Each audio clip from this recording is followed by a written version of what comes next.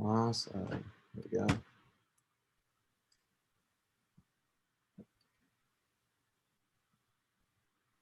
Cool. And you can still hear me on your end? Yes. Epic. Epic. Cool. Yeah, it looks like it's going on YouTube, so I'll just give it a second to make sure. And then roll in from there. Let's see any. Sweet. Cool. I think that's Awesome. it. Okay, cool. So I'll wait for, oh, there we go. Someone already jumped in. Gerald Walker says hello. Got 7 people in, Cool. and you can still hear me on here. It should be interesting, kind of balancing between these two. We'll see what happens. So cool. Yeah, awesome. Like I'm gonna stop sharing for now. Then we can just chat for a second while people jump on. But here we go. What's up, man? Hey, not much, man. It's been a busy couple of months. I know it's been crazy. Meaning to do this for a while, but life gets in the way. Well, I originally reached out back in March to do this, and so all of these clips, all of the footage that we're going to be playing, everything that is going to be here is like a few months old now, but it's fine. It's unfortunately it's still relevant. Yeah, so a few months old. Yeah. But yeah, what's been new since last time we've actually hopped on and talked? Holy cow! One big new thing that's happened. One big new thing. Oh, I have to choose between the birth of my daughter or it's the birth of my daughter. I was gonna say, what's the other one that you're wrestling with? No, the reason March was tough for me, and then April was, we got COVID back in September. Our babysitter gave it to our kid.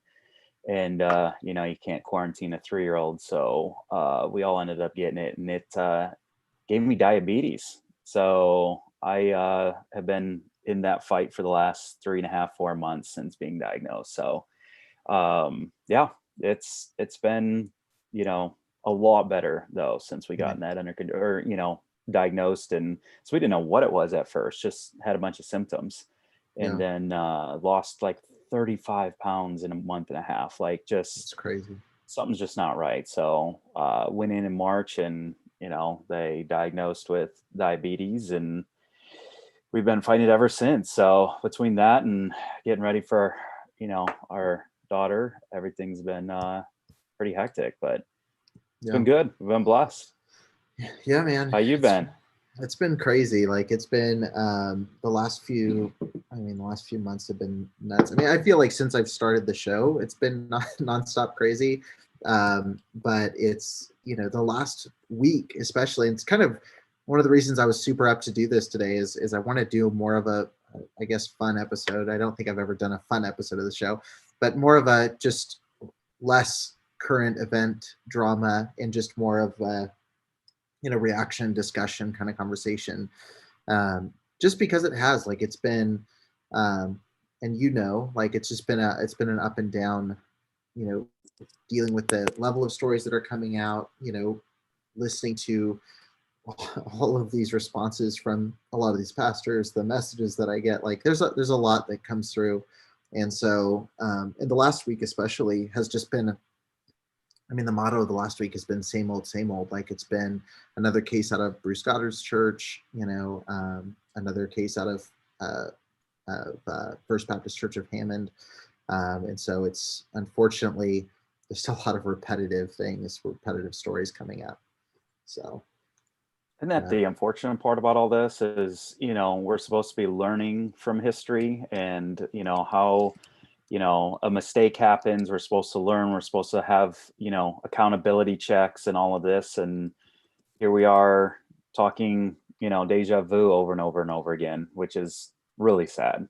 Yeah, it's been a lot. And I know it has been for people, people who have been on the show who are survivors, and kind of seeing this stuff hash out again has been triggering for them, and like seeing the stories that have popped up, and it's just disappointing. Like, it's not surprising anymore. Like, I talk about that a lot. Like, it's not this it's not a disappointing or not a surprising thing when these stories happen, but it is extremely disappointing to see that it's still happening, that First Baptist Church of Hammond is still operating the way it has, that Bruce Goddard still is more worried about people talking about abuse than abuse happening within his church. And so seeing that deja vu is a lot to take in. And even for myself, like I'm not I don't have a crazy story from one of these churches, but, just processing the volume of these stories takes a toll. And so I go through these roller coaster ups and downs of like, I'm going to drop off the face of the earth for a second. And then, and you do. Yeah. And I do. And then, go into this spot where I can kind of power through it, knock out several of these and get back on the horse a little bit. And it's a chaotic way of processing this stuff that's not super healthy. But I'm still figuring out that balance. Like I'll think I have it in a good spot, and then I'll zip back in and go like, oh, I'm totally losing it right here.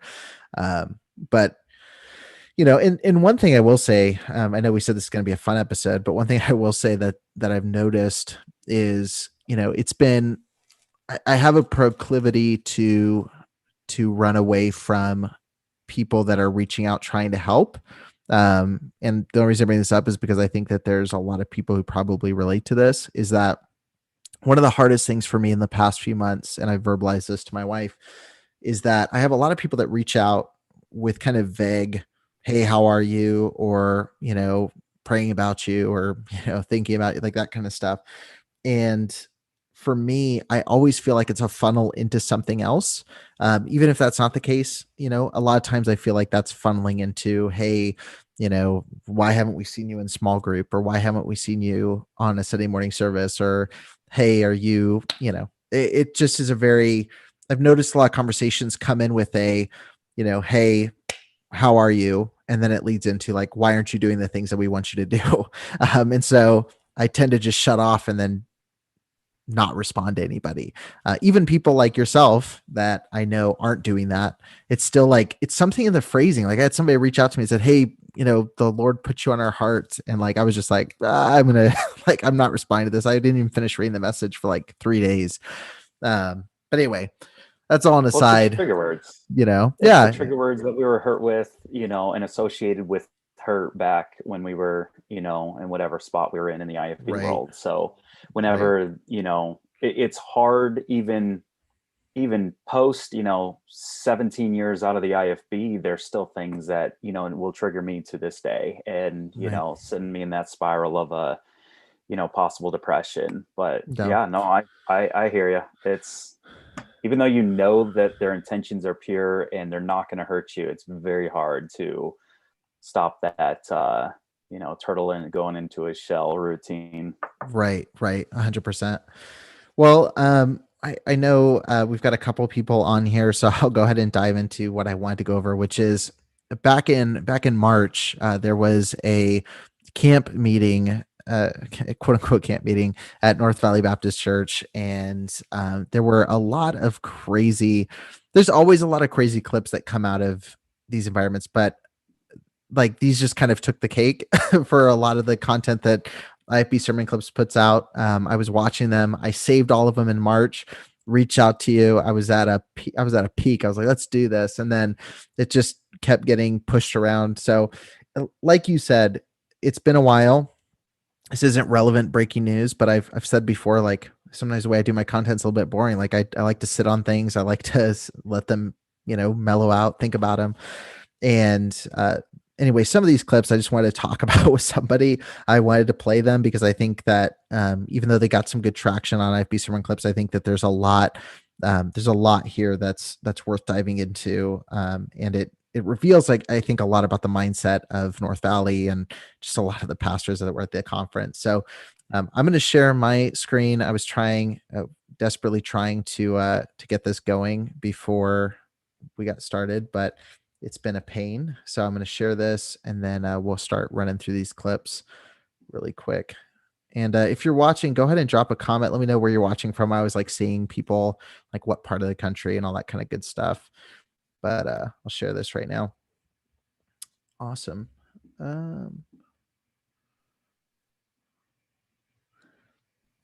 These live videos stress me out. There we go. Awesome. It's cool. So you should be able to see my stuff. We're in here.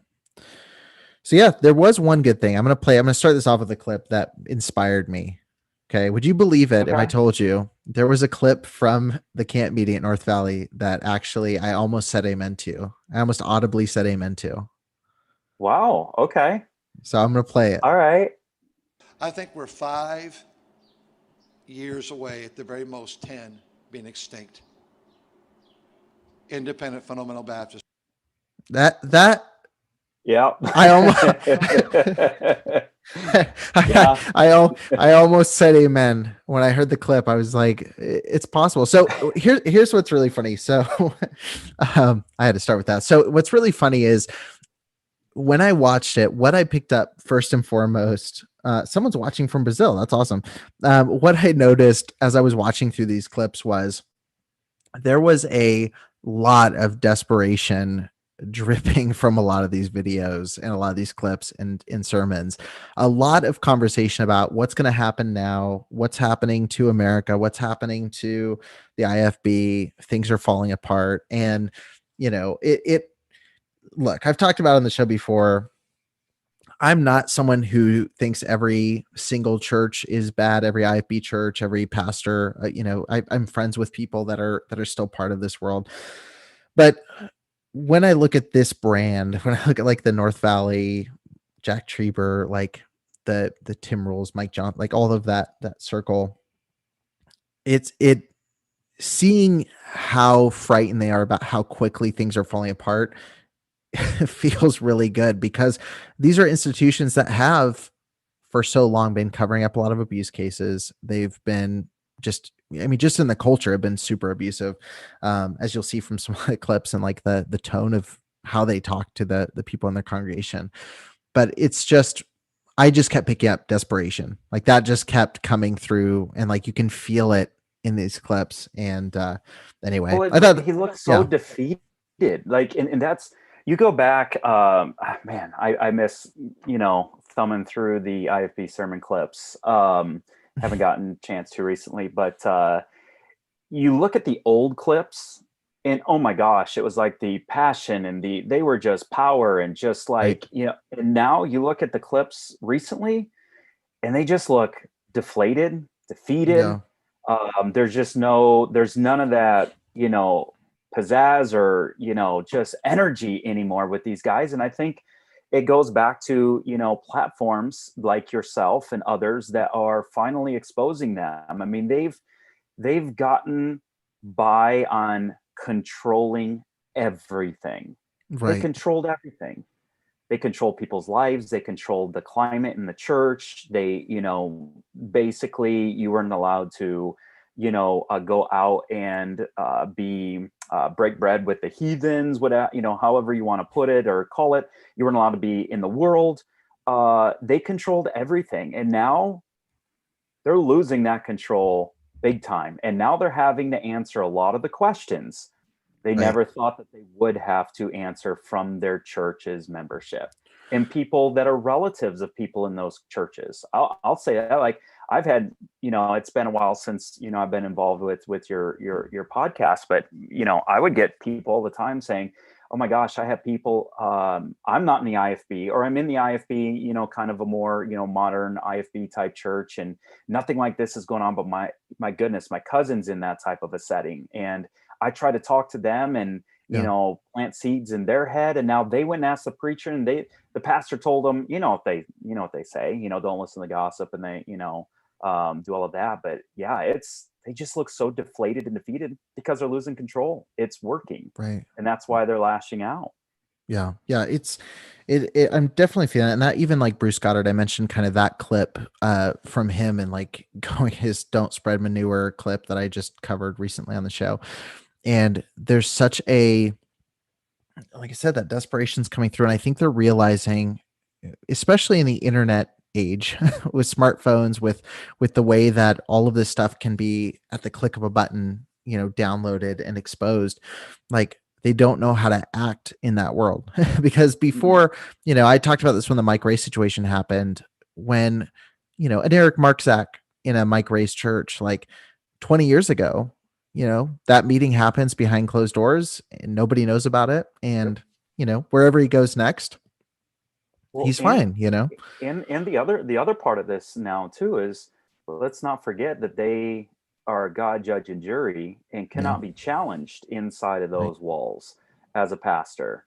And now they're being challenged, not by necessarily their membership. I'm sure there are some in their membership that are maybe questioning, not challenging, but they're getting challenged, and they're looking like fools to everybody else that is out there. And I think the light bulb is starting to finally kick in. Right.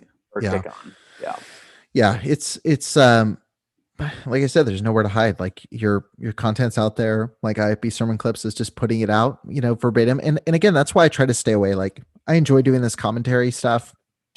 Enjoy being able to talk through some of these clips, but sometimes the best argument is just playing their own words for themselves and showing the lunacy of some of this stuff. And so anyway, that's been a big win for me. We've got a lot of people. I've got my comments set up. Amanda said any specific topic. I'm going to be playing some clips from this camp meeting because it's super interesting. You're in Atlanta. Awesome. Arizona, Brazil, San Diego. Hey, San Diego. We got two here from San Diego. My wife, hey, Eric. Text. Yeah, she's watching. Someone said 2 from Michigan. Awesome. Cool. And I posted something in my Facebook group that, and thank you everybody for hanging out for a little bit. Like this is a super low key episode. But it's really fun. Hey, Fresno. Awesome. But it's just fun being able to sit, hang out and watch through some of these. And I posted in the group, and if you guys aren't in there, the Preacher Boys official discussion group, go send an invite there to join. But I post answer all of the questions. Answer all the questions. It makes it easier for us and for Michael for sure. Going through those. But I posted like I always have coffee mugs in my interviews, and I'm never drinking coffee. Like I'm always drinking Mountain Dew, and I wanted to prove that's 100% what's going on. So just so you guys know, anytime you see me drinking coffee, I'm just being very professional and using a mug. So just a fun behind the scenes. San Jose. Awesome. Cool. Well, I'm going to play another clip here, and just so many places I could start, but I'll pick something here. Let's see.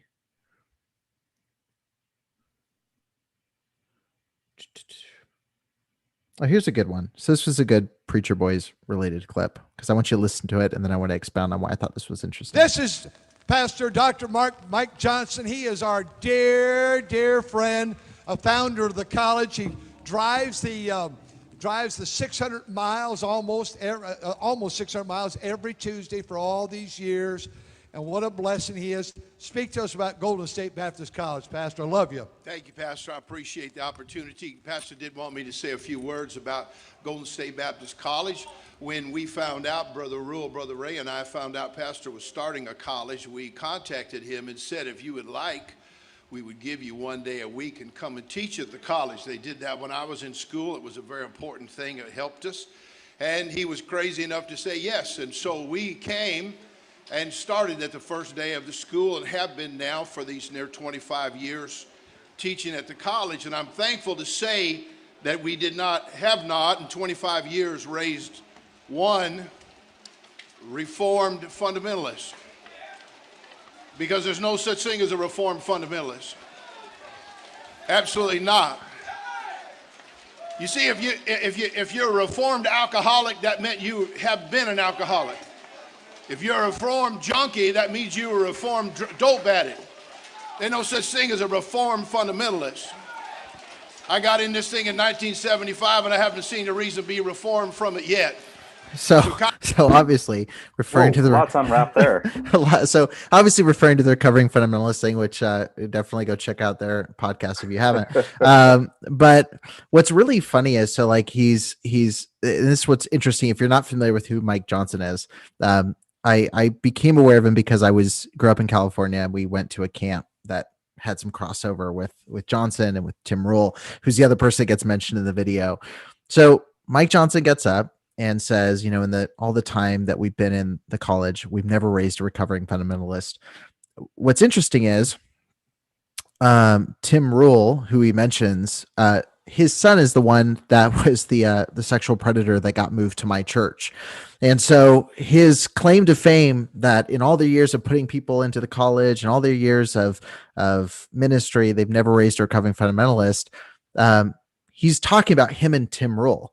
So it's really funny that that's his interesting statement. And I will say one other piece of this. Mike Johnson is who came and preached at Mike Johnson actually went to Mike Ray's church and preached after the Mark Sack situation happened, and preached against trials that happen within our lives. And so he used basically the idea of like being in the middle of a storm to talk about what Mike Ray was going through when the Mark Sack situation happened. And one last piece of this, and someone sent this to me. Out of the last several chapel messages, like if you just look at this list of 6 different people, like 4 of them have actively covered abuse within their church. Like Tim Rule, Bruce Goddard, Mike Ray. Like it's really interesting when you look at it like that. Jason Atwood is on there. There you go. I went to college with him. He was a Fairhaven guy. It's the interesting part about that clip for me was, first of all, how many titles does he have? Or was that just like the first part? Dr. Pastor? Dr. Pastor, like there was everything. Anyways, which is kind of funny and in off topic of that, like how many titles they all give each other. Right. Because they're all in they're all in this little small circle, and right. you know, they're just patting each other on the back, telling each other how great they are, and this, that, and the other. And you give me a title, I'll give you a title, and you know, everybody gets titles. But he was talking about, I think he was trying to make a very clever point, or you know, try to drive a point home, and it just made no sense. Right. Like, we've never raised a Reformed fundamentalist. Okay, well, let's start with what is a Reformed fundamentalist. Okay, right. What are we considering a Reformed fundamentalist? And then you're trying to drive a point home, and it's just going nowhere. It right. just gets more confusing, which is a lot of what they do. But people latch on. They've got the people queued up out there that are the ameners, and you know, they're shouting them down. And it's what's funny is that they're giving a lot of airtime. And I said this about the Bruce Goddard thing, like the fact that these organizations have been around for decades, and they're so threatened by podcasts. You know, like I mentioned with Bruce Goddard, like he changed his morning devotional to reflect on content put out by a 26-year-old podcaster. You know what I mean? Like there shouldn't be that much, I guess, weight given. If it's not accurate, if the information's not accurate, there shouldn't be this much frustration or fear surrounding 2 podcasts about a denomination that had a, you know, 70 or 80 year lead. Do they charge you rent for living inside their head, or is that right? I mean, I guess you could say that they live rent free in my mind. But you know, again, it's just really interesting to me that like the heads of colleges are addressing, like making jabs at a podcast like Recovering Fundamentalist. But it just goes to show that they're so full of it, because they'll get up in their pulpit and they'll say, you know, don't, you know, we got to mark them. And so they mark them and call them out and don't listen to them, yada, yada, yada. But yeah, they're the ones that have the closest tabs on all of these podcasts and platforms. Right. Like you can't tell, like, you know, IFB sermon clips or Recovering Fundamentalists would come out, and literally within hours of something dropping, they are. It's in Sword of the Lord. They preached about it at Sword of the Lord, which is super interesting. Like, hey, how did you get it that quickly? Right. It boggles my mind how people never put that together, like their members, and be like, wait a minute. I remember, I'll give you a perfect example at Fairhaven. It was Facebook was just coming on the scene when I was leaving. Yeah. It was MySpace. MySpace was before Facebook. So I was going to say, you're too old for it to be Facebook. It was, now I'm dating myself. But the MySpace was a very interesting one, because people were getting kicked out of the church. Even when Facebook came around, I would hear, you know, about people, teens, college students getting kicked out for it. Yeah. but yet all of the staff had accounts on Facebook to go check to see if people were on Facebook. Yeah. Whoa. And then it all of a sudden became, okay. And it's like, whoa, okay. What is going on here? You know, I just like the whole flip-flopping and the setting myself on this high pedestal as a pastor, that I'm going to tell all of my members they can't do it, but I'm going to go around and do it because I'm just checking to make sure you don't do it. Like, who in their right mind would not say that is in control? The definition of control. Right. Uh-oh. IFB sermon clips just hopped in the chat. Oh boy. As you're talking, he heard his name summoned. We said it 3 times and he's appeared. But yeah, it's one of the reasons I like IFB sermon clips is that it shows a lot of those changes in the doublespeak that happens where, you know, I remember back in even the Stuff Funnies like days, it was Jack Trieber was going off about screens in the church. And then they posted it was like a year or 2 later, and he was doing a fundraiser for screens in the church. And so it's like, it's just an interesting back and forth. And yeah, I definitely like what you brought up too.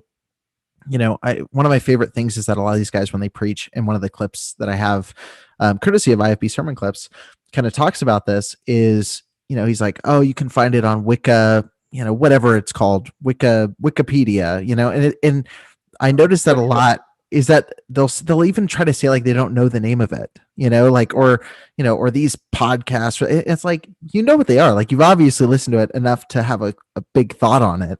So anyway, it's really interesting that that's the way they break it down. But I want to play, like I said, there's so many clips here that I want to blast into, but this one actually is pretty relevant to what you just said. Beloved, when I gave all diligence to write it to you of the common salvation, it was needful to me to write that you should earnestly contend for the faith. For there become some among you that will creep in, and they'll creep into our churches. You as a steward of the work of God, you're a steward of that pulpit, that church. Pastor, you're going to have to fight daily. It is daily. It is daily. We're going to have to get our eyes open. Stop all the compromise. Stop reading the gurus. They do not have a heritage like our heritage.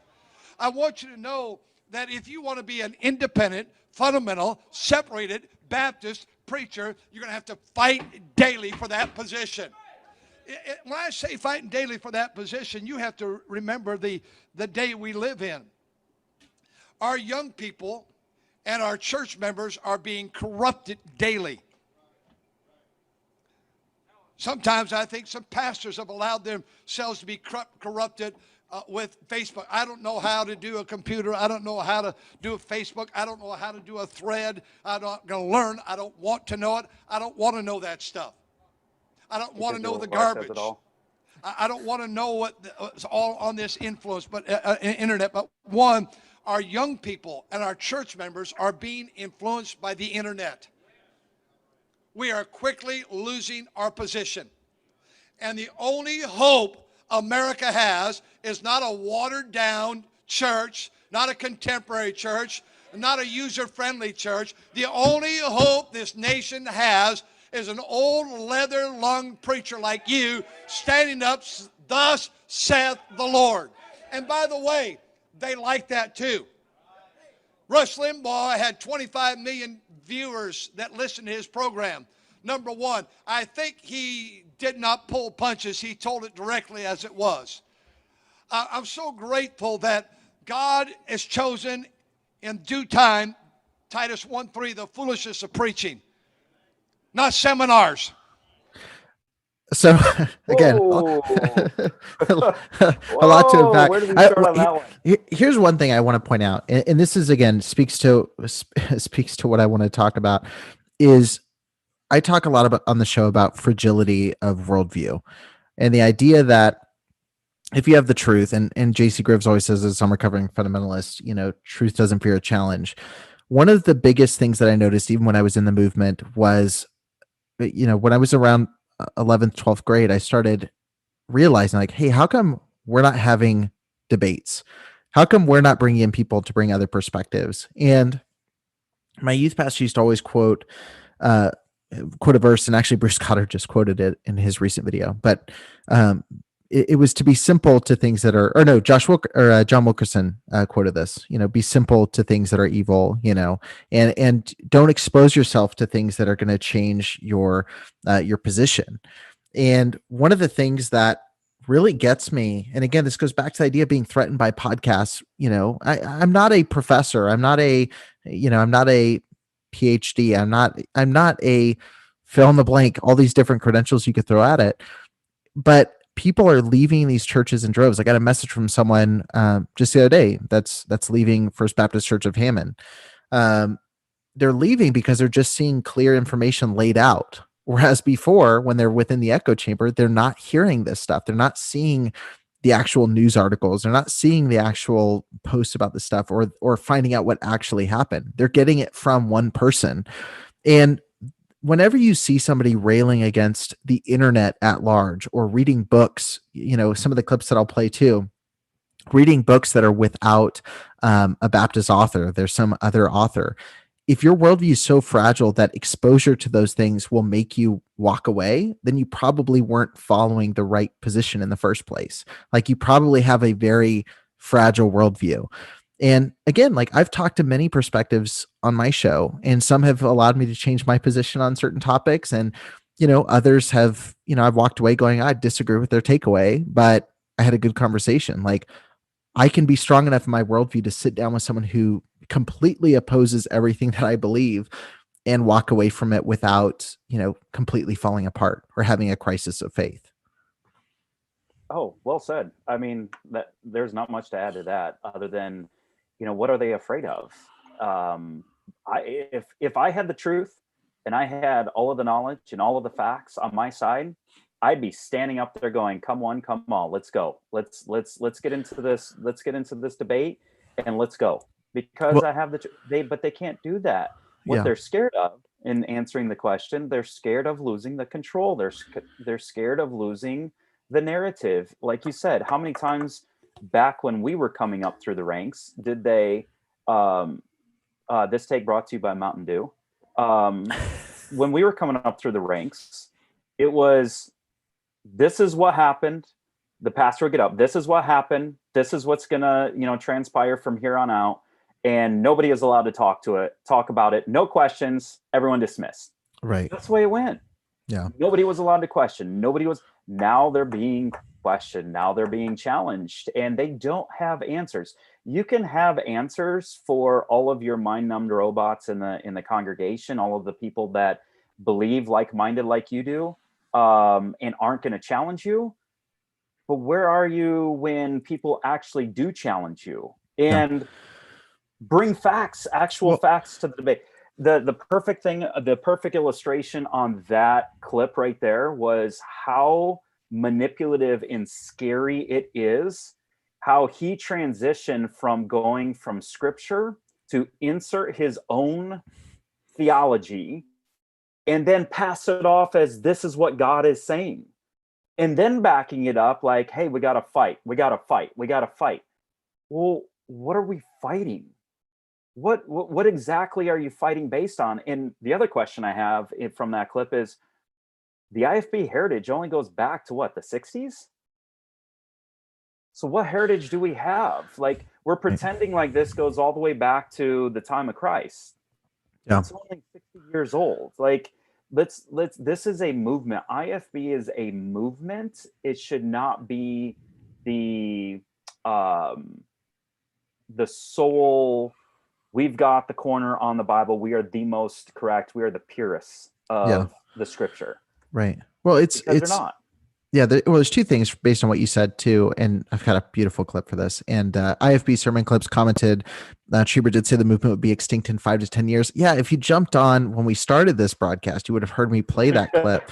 But yeah, it's one of those things though. You mentioned having the truth. If you have the truth, it's going to breed confidence. And it's the reason my wife asked me, because I've gotten some really nasty messages in the last week from some very devout followers of some of these guys.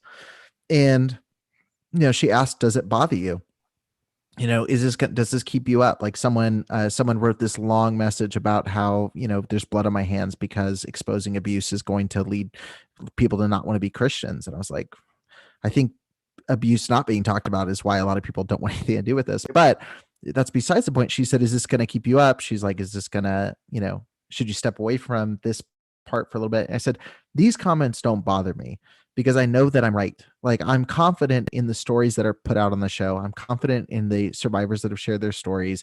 There's a pile of stories that I don't have enough information to go on, that have not gone out, that I don't feel comfortable with sharing it, or that the survivors don't feel comfortable in having out just yet. And so, no, I don't feel uncomfortable. The reason that these guys are feeling so uncomfortable is because they're realizing that the truth is out. Like I thought I was wearing the shirt, but the reason that so many of them are, the your sin will find you out thing is ringing in the back of their mind all day long. Bruce Goddard panicking as a, 70-year-old man who's panicked about a 26-year-old with a podcast is because I'm taking a screenshot of the truth and giving the context that is the truth and putting it out there. And he doesn't have the amplification to get out his version of it anymore. Oh, absolutely. And they're reacting like they would 30, 40 years ago, thinking that it's going to have the same effect. And thinking that the internet doesn't exist. Right. Yeah. That doesn't have and the people that you're trying to go after, we don't care. It doesn't bother us. Like, go after me. I don't care. Yeah. I've lived through all of your preaching. I've done my own studying. I've done my own research, done my own reading, and I've come to the conclusions that I have. And probably it's still evolving on certain things. It's and the sad part is, and I see this with a lot of the, I think, older independent fundamental Baptists, I think a lot of them just have been in it so long they don't want to start over. Yeah. And that's where I think a lot of people, in my parents' generation, I think they are starting to see like, okay, this isn't, their kids and grandkids are coming to them going, hey, what is going on? I saw X, Y, and Z happen on the podcast, or, they're talking about this. Now they're going, well, but they don't want to leave because they don't want to start over somewhere else. Right. And that's where a lot of the silence and quite frankly, the allies could come from in fighting this abuse. But sitting silent isn't going to cut it anymore. But anyways, I think there is a large portion of those in the church as well, that they just don't want to go somewhere else and start over. Their social network is all incorporated into that. That clip right there is just like, oh my goodness, this is a perfect illustration of going from, a scripture to insert, my own personal opinion. And then this is thus saith the Lord. Yeah. And people are taking it. And it's like, oh my goodness, how did we get from this all the way over to here on that logic train? And nobody questions it. Well, it's because exactly what you said is that, when you talk about old time religion, like this is what they group in with using a biblical phrase. This is the kind of statements and the kind of description that they're giving. Fellas, stop following people that are going to redefine your heritage. Stop it. I look every day at that sweet, dear father-in-law, a picture of mine, pastor the same church 57 years, my sweet mother-in-law that has been passed away 50 years. I look at my mother's sweet picture, my dad's sweet picture every day, and I do not want to change what they handed down to me.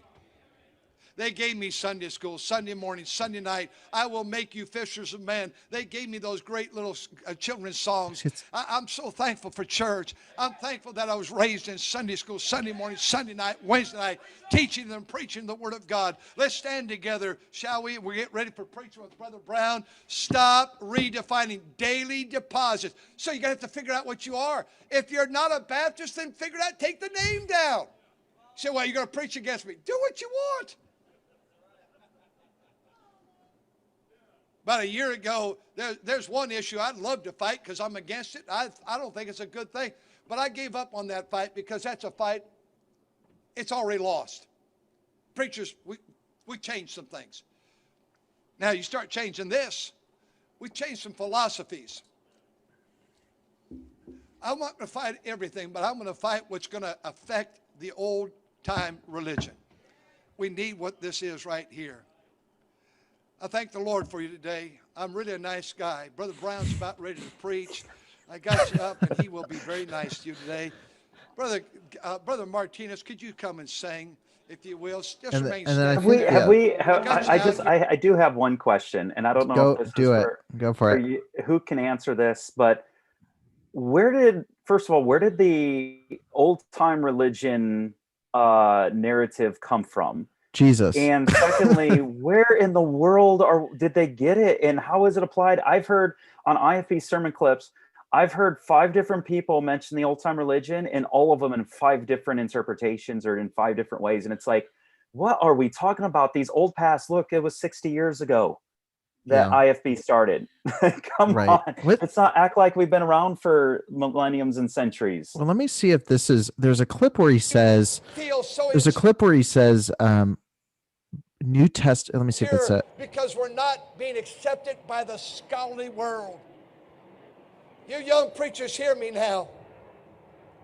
You think you're so smart now because you're this great scholar. This is nothing new. You think you've landed on something. All you're doing is going to the internet and finding non-Baptists, and you like their theology. Outside the echo chamber. It's going to destroy your marriage and destroy your home and destroy your ministry, and you will not have a church. You will not have a church. That's why you're already giving up Sunday night and you cancel Wednesday night so often. You will not have a church. A church cannot be built off a Christian school or off a play or sports or entertainment or a seminar. Preach the word. So, but that's another one. There was one clip though where he said we need New Testament. And I hate that I can't find it because I know someone will be like, oh, I didn't see a clip. But there was a clip where he did say, we need to go back to New Testament. We need to go back to bus routes. We need to go. And it's like, but again, it was that mixing of saying we need to go back to New Testament, old time religion, church 3 times a week, bus routes, Sunday school. And it's like, show me in the New Testament where any of that was. Like, show me some version of that somewhere. Here's been my question for, I even had this back when I was in college and high school. I remember having this discussion with my dad, and he didn't really have an answer for it. Where did we get this whole Wednesday night, Sunday school, Sunday morning, Sunday night format?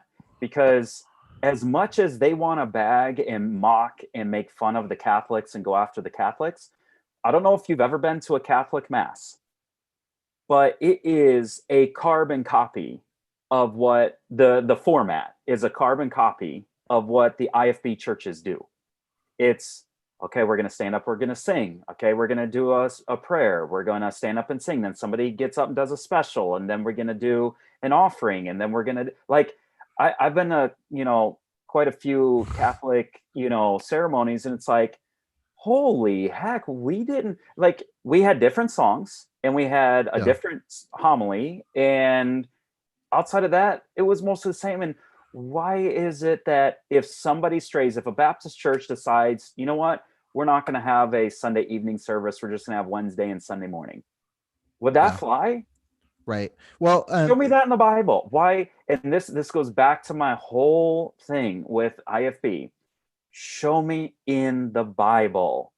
Back it up with the Bible, not your philosophies, because basically what you're saying is that your philosophies are doctrine, which what makes you different than the Catholics, right, and the Mormons, and the insert whatever denomination you want to into that. Well, I actually do know this. This is actually, I do know the history of this. The Three to Thrive.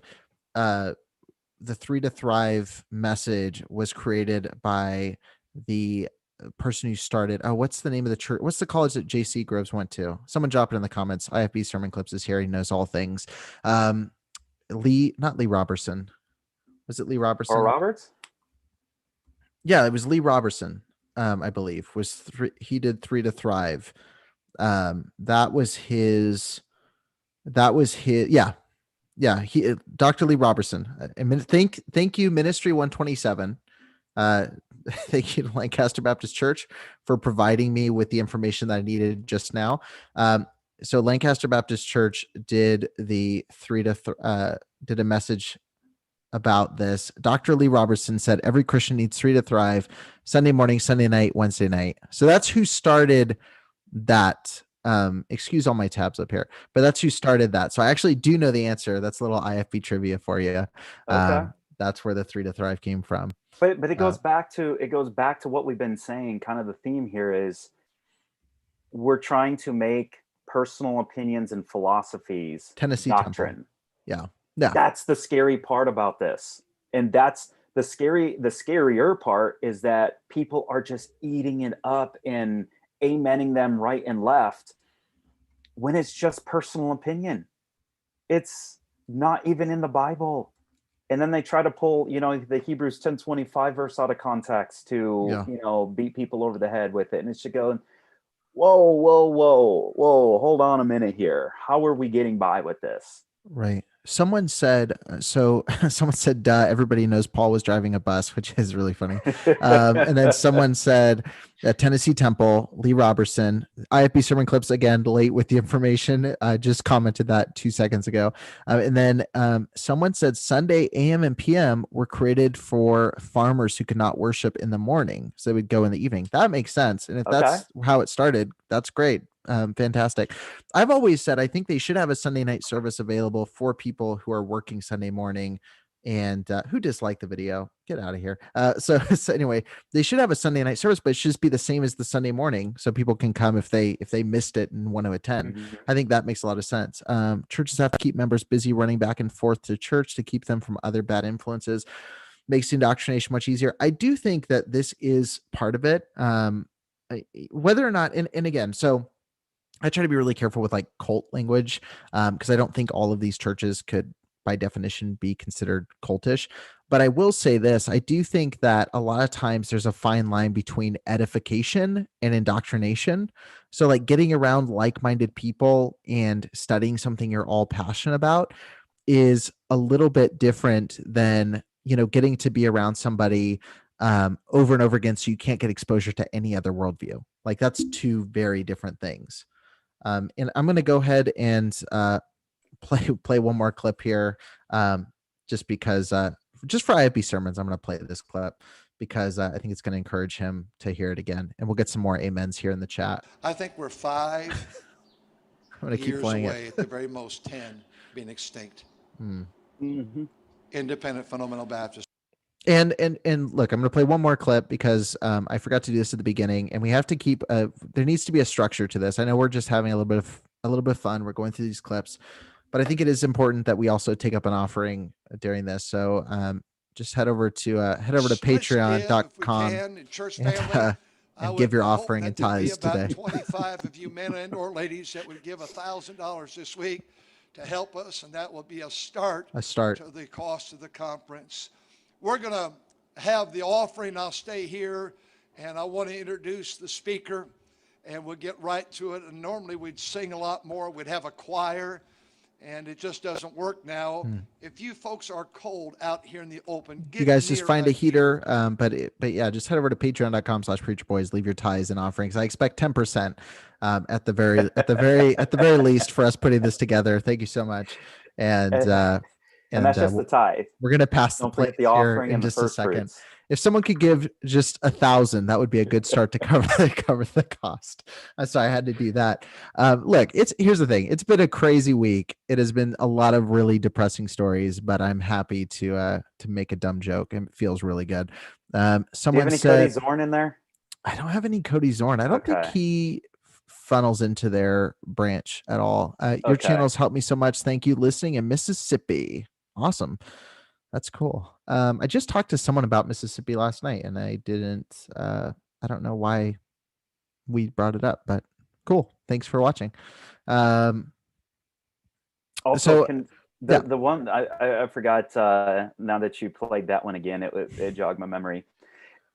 Don't you find it ironic that they have the plausible, those that you were talking about, they know more than they actually lead on that they do. Yeah. How many of these pastors' wives are the ones that are giving them the plausible deniability and are out there doing all of their, shall we call it dirty work? Right. I don't know if we'll get into this at some point. I don't want to get into the politics of things. It's not my area that I think you're gonna hate this next clip. Well, okay, so let me say it and then we can just move on. But I don't think that the church should be so heavily involved in politics. The members, knock yourself out. I'll tell you my story of the church that I left down here. But if you want to play it, you can. Yeah, no, go ahead and tell your story. I'm gonna get this up. And if you're serious, IFB Sermon Clips commented Venmo, IFB Sermon Clips President's Club. If that's a legitimate Venmo account, I'm definitely gonna push that. So if that is a real thing, just confirm or deny whether or not that's real, because I would love for people to support what you do as well. Definitely, just let me know if that's real or if you're making a joke. Anyway, sorry, go ahead with your story. He's trying to get in on your 10%. Huh? Do it, man. We give 10% to me. It's Give It All Sunday. We're going to give 50% to me, 50% to IFB Sermon Clips. It's going to be a good time. So anyway. That's right.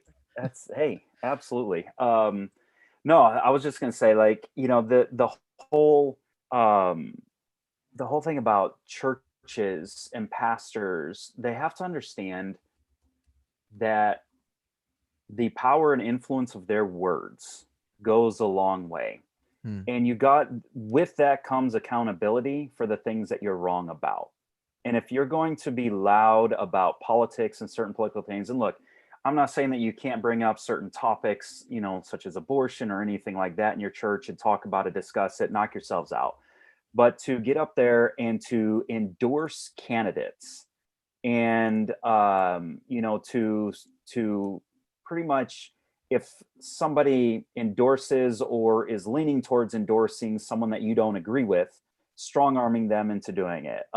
We were going to a non-denom church here in San Diego, and they actually made the news because they didn't follow the protocols and got dinged for it. And there was a trace back to their church because they had an indoor meeting and the COVID outbreak happened. Yeah. The pastor goes on, TV and tries to mitigate the circumstances. And, to me, it was just, and then he starts, they just went off the deep end. Then they start bringing in Charlie Kirk and, Ben Carson and all of these guys. And it's like, when did the church become a political vehicle because I remember when we were growing up, at least myself, the pastor would just say, look, because we could lose our tax exempt status, I'm not going to tell you who you should endorse, but I'm going to leave a list right here on the podium of people that I endorse. And if you would like to come up and look at it, great. Yeah. That's how it was handled. Right. Now it's like we're having all of these politicians and candidates and, everyone coming in and it's used as a propaganda machine. Like, when did the IFB church allow their pulpit to become a propaganda machine for certain brand of politics, when you won't let a lot of other Christian preachers in your pulpit because they let their women wear pants, or they let their, they don't use the KJV, or, insert whatever it is that you want to, they divide over. And that's my whole thing with this is you've got to stop being hypocritical on your points and stance when you make these. That's where you're losing a lot of people is you're not only loud, but you're loud wrong. And then when someone challenges you, you act like a 5-year-old with a temper tantrum. Yeah. Well, and the difficulty there, and it's a perfect segue. I asked you before we did this, I said, do you want to see the clips before you want to go in blind? He said, I want to go in blind. You just gave a great segue to the next 2 clips I want to play. But here's the thing, like, a lot of people get really upset about, I mean, I don't like even hearing about politics at this point. Like, I'm kind of politicked out. But, but it is one of those things where, my frustration, I think people get it twisted and say, when I say, I get tired of politics within the church, or I get tired of how the IFB deals with the election cycle or with the presidency or all these different things. I'm not saying I don't like all the right-wing political viewpoints that are spewed from the pulpit.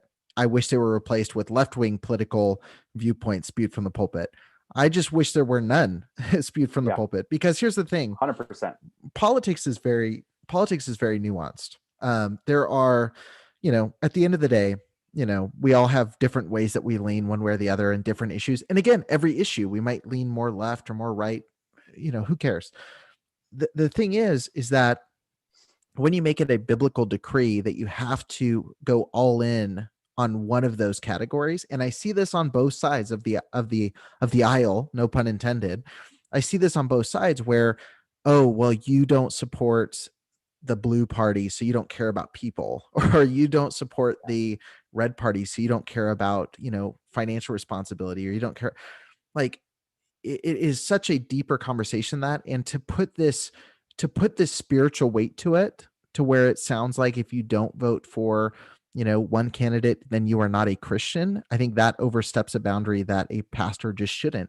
And they're using biblical verses to speak into a political system that was not around when Jesus was alive. Like, it wasn't around when the Bible was written. Like, they had kings, they didn't have presidents. So yes, you can still look at principles and say, oh, this informs, or this belief informs my vote. But you can't just say, hey, we're going to go ahead and, make this your divine calling to vote a certain way. And I'll just say this now, and we'll move away from this conversation. But if you're trying to understand the church and politics, and just definitely pick up a copy, Jesus and John Wayne, or at least listen to my interview with Kristen Dumais. You may not agree with her on everything. Again, that's what I've been talking about this whole time. There's things I disagree with, that's fine. You're going to have that with everybody. If you read anybody and don't disagree with anything, you didn't read close enough. But it is a really good historical breakdown of the development of politics and the relationship it has with the church. And so I definitely encourage you to pick up that book. You can head out to the book table after you drop off your offering, head to the book table, grab a copy, and check that out. But yeah, America came up a lot at the camp meeting. And so I have one thing. It's one of my favorite clips that IB Sermon Clips has ever put out. And this is a montage from one sermon. Well, I'll just go ahead and play it. Oh, here we go.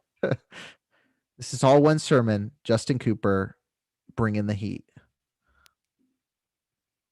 We're Christian Americans, and we love our flag in America. Our church is a patriotic place. America, America. I think I'll stick with Americanism and patriotism. America, I love my nation. America, but tonight I shout long, live America. America, I love my nation. America, America, America. America, America, America, America, America, America, America, America, America, America. There's no repeats of this at all. This is all. America's, America's, America's, America's, America, America, America's, America, America's, America's, America, America's, America, America's, America. Our viewers are dropping. America, that's America, America, America, America, America, America's, America, America, America, America, America's, America, that's America, America's, America's, America. America's, America, America. I love America. America, America, America, America, America, America, America, America, America, America, America, America, of America, America, America. I'm so sorry. I'm confused. Does he love America? I'm so sorry for everybody. We lost 6 viewers. That was the most we've lost since we've started this. I'm so sorry that for that. And then here's one more clip from in our pews you'll find soldiers and sailors and airmen and marines. We have lawyers and doctors and businessmen. We have factory workers and homemakers. We have care providers and mechanics. We have a melting pot of ethnicities, all from different parts of the world. But I tell you what binds us together. There's 2 strands that tie us together. That is salvation by the grace of God and the fact that we love our country. Tonight we would all vote and say that we're glad when it comes to America. We can say our nation is still there. America has defied historical precedent, and up to this point she's endured. You study the great empires of our history. And before he goes down this rabbit hole, America is about, what, 400 years old? 300, 375 or something. To be Yeah. Yeah. Not very old, but listen to the points here. And you find that most have stood and most have fallen. You can say it of Hitler's Germany, it's gone. You can say of Nero's Rome, it's gone. You can say of Nebuchadnezzar's Babylon, it's gone. But thank God you can't say that about America. Not yet, anyway. As of tonight, our country is still there. Are there those trying to destroy it? Yes. Are there those that would like to take it down? Yes. But in spite of the fanatical friends of our country, America still stands. They let drag queens read to our children and then arrest preachers on the street corner, yet America endures. They burn our flag, but America endures. They revise our history, but America endures. They tear down our statues, but America endures. They love the worst nations in the world, but America endures. They try to deny our principles, but America is still there. Tonight, I'm glad to say it. I love America. I don't blush at saying it. I don't need your permission to say it. I love my nation. I don't apologize for being a patriot. I don't blush at being a citizen of this country. I'll kneel at an altar, but I don't kneel for the anthem. Say amen right there. This is my home. I've chosen this place to live. This is where I raise my family. This is where I serve my God. This is my land. This is my home. This is my country. I'm glad America is still there. Someone said it's 245 years old, which is way less than what I was saying, but I'm bad at math. So there you go. There's a fun fact about me. There's a lot. You take that. Holy moly. First of all, I want to know, as I perused IFP sermon clips months ago, where did this whole heavy breathing, everybody copying somebody, come from when they're preaching? Oh my, and it's just like, but they're copying somebody. I don't know who it is, because I've seen a lot of them do this whole, very similar style in how they deliver the preaching. Well, I mean, Jack Hyles did a lot of that where he would go on these rants where he'd say like a lot of different things in a row. Like if you listen to his sermon Sundays Coming, like that is very much this style. Not as much. I mean, Hyles was older there, but there is always a lot of copy paste with a lot of stuff, which is funny because of how independent they claim to be. Like how much is copied. I remember hearing a story from my former pastor actually, and he was saying it was like a kind of interesting thing, but Jack Hyles used to always clear his throat. Yeah, Jack Scott did it as well. But Jack Hyles would always clear his throat and go like that. He would do like these very deep, like like after points. And there were a lot of graduates of Hyles Anderson College, and my pastor used to laugh about it, who when they would preach, they would do that same thing, like clear their throat the same way. But yeah, it is one of those things. Like a lot of pastors, I would notice, you'd meet them. Distracting. Well, yeah, when I was a staff kid, you probably had this experience too. Maybe not as much because you kind of lived in an area where people didn't talk like Californians anyway.